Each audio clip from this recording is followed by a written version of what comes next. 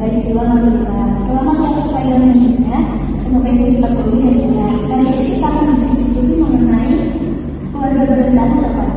Tujuannya agar ibu dapat memilih metode yang sesuai dengan kondisi kesehatan ibu, terutama karena ibu memiliki diabetes. Apakah bapak ibu bersedia untuk konsultasi pada hari ini? Bersedia. Sebelumnya saya akan memberikan rencana dulu kepada bapak ibu. Bapak ibu bisa membacanya untuk mungkin bisa mengetahui sedikit tentang ibu jenis kami yaitu. Baik, sebelumnya saya akan bertanya beberapa hal. Apakah sebelumnya ibu sudah pernah mencoba KB? Sebelumnya saya akan bertanya mengenai beberapa hal. Sebelumnya apakah ibu sudah mencoba beberapa alat kontrasepsi?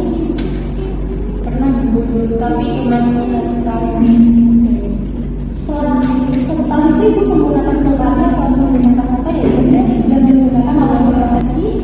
Pernah dulu cuma kayak DKB sekitar 1 tahun. Masih gimana? Betul. Baik, selama menggunakan program apakah ada keluhan ibu? Tidak ada keluhan berat, kadang-kadang lupa untuk saja. Baik, sekarang usia anak itu udah berapa ya? Baru sekitar 6 bulan. Apakah ibu memberikan hasil yang sesuai dengan ibu? Bagaimana dengan dari diabetesnya? Apakah ibu rutin kontrol dan menggunakan obat yang insulin? Iya Bu, saya masih kontrol rutin dan menggunakan insulin sesuai anjuran dokter. Bagus sekali. Apakah gula darah cukup tercukupi atau meningkat ibu? Kata dokter masih perlu dijaga, tapi hasilnya sudah lebih baik dari ini. Kemudian apakah bapak dan ibu menambah ada rencana untuk menambah dalam waktu yang dekat? Mungkin ya, tapi berapa? 3 tahun. Baik. Baik, bapak dan ibu mungkin apakah ada rencana untuk menambah anak dalam waktu dekat ini? Mungkin ya, tapi beberapa tahun nanti. Bagus sekali. Apakah gula darah ibu cukup terkontrol? Kata dokter masih perlu dijaga, tapi hasilnya sudah ada kendalanya. Kemudian apakah bapak dan ibu ada rencana menambah anak lagi? Bagus sekali ibu. Apakah gula darah ibu cukup terkontrol? Kata dokter masih perlu dijaga, tapi hasilnya sudah lebih baik dibandingkan saat hamil.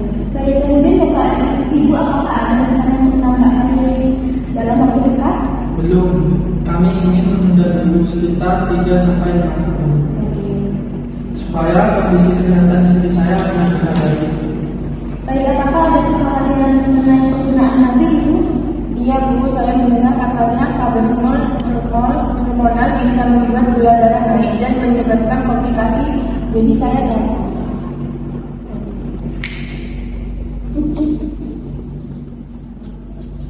Kami juga mendapat informasi yang berbeda-beda dari tetangga dan media sosial, jadi kami bingung mana yang benar. Baik, bapak dan ibu terima kasih sudah menyampaikan kekhawatiran tersebut. Banyak pasangan yang memiliki pertanyaan yang sama. Yang perlu diketahui, tidak semua organisasi itu memiliki pengaruh yang sama terhadap penderita diabetes mellitus. Pada ibu dengan penderita diabetes mellitus, kehamilan sebaiknya dirasakan dengan baik. Dikarenakan apabila gula darah yang terkontrol kemudian menjadi resiko kehamilan bagi ibu maupun bagi bayi. Oleh karena itu, penggunaan tadi fisik sangat membantu menjaga kesehatan ibu sampai kondisi benar-benar siap untuk kembali. Berarti saya perlu memakai KB. Betul sekali, dengan adanya KB, kita bisa mengatur jarak kehamilan sehingga tubuh ibu memiliki waktu untuk beristirahat dan pulihkan gula darah secara normal juga.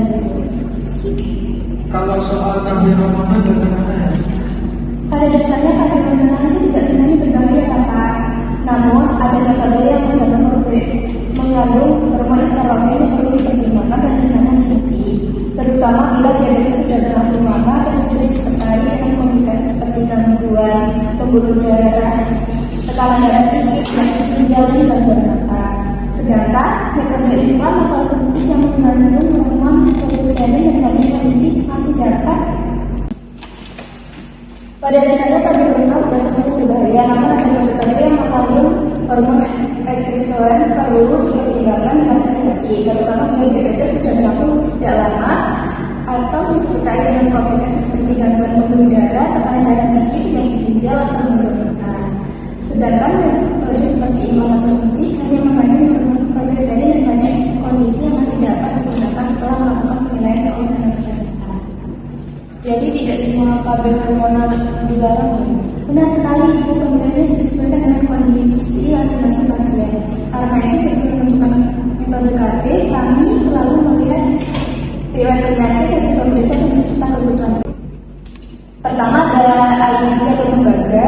Alat ini dipasang dengan di dalam rahim, tidak mengandung hormon secara efektif dan dapat digunakan 10.000 tahun dan tidak mempengaruhi kadar gula darah. Yang kedua ada implan.